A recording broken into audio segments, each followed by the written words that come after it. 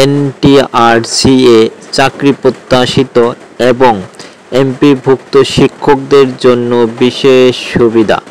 প্রতি বছর বাড়বে বেতন। এই ভিডিওতে জেনে নিন এমপিওভুক্ত শিক্ষকদের প্রতি বছরে কার কত করে বেতন বৃদ্ধি পাচ্ছে এবং কত শতাংশ করে বৃদ্ধি পাবে সেই সম্পর্কিত তথ্য জানিয়ে দিব এই ভিডিওতে। চলে যাচ্ছি মূল ভিডিওতে। এমপিওভুক্ত শিক্ষকদের জন্য বিশেষ সুবিধা। প্রতি বছর বাড়বে বেতন।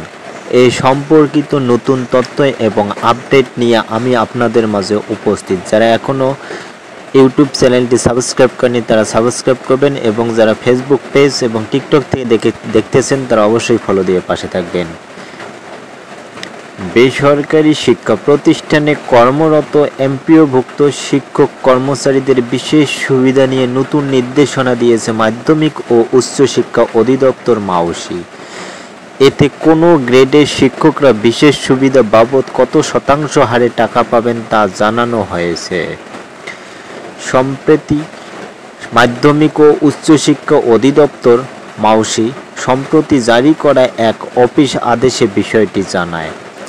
এতে বলা হয়, এমপিওভুক্ত বেসরকারি শিক্ষা প্রতিষ্ঠান, মাদ্রাসা ও কারিগরি শিক্ষা প্রতিষ্ঠানে কর্মরত শিক্ষক কর্মচারীদের মধ্যে যারা সরকারি জাতীয় বেতন স্কেলের তুলনায় গ্রেড 9 বা তন্মধ্য গ্রেডে আছেন তার মূল বেতনের 10% হারে বিশেষ সুবিধা পাবেন।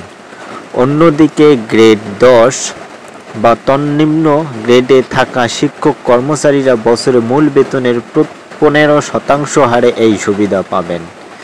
তবে দুই ক্ষেত্রেই বলা হয়েছে এই বিশেষ সুবিধা কোনো অবস্থাতেই মাসের 1500 টাকার কম হবে না।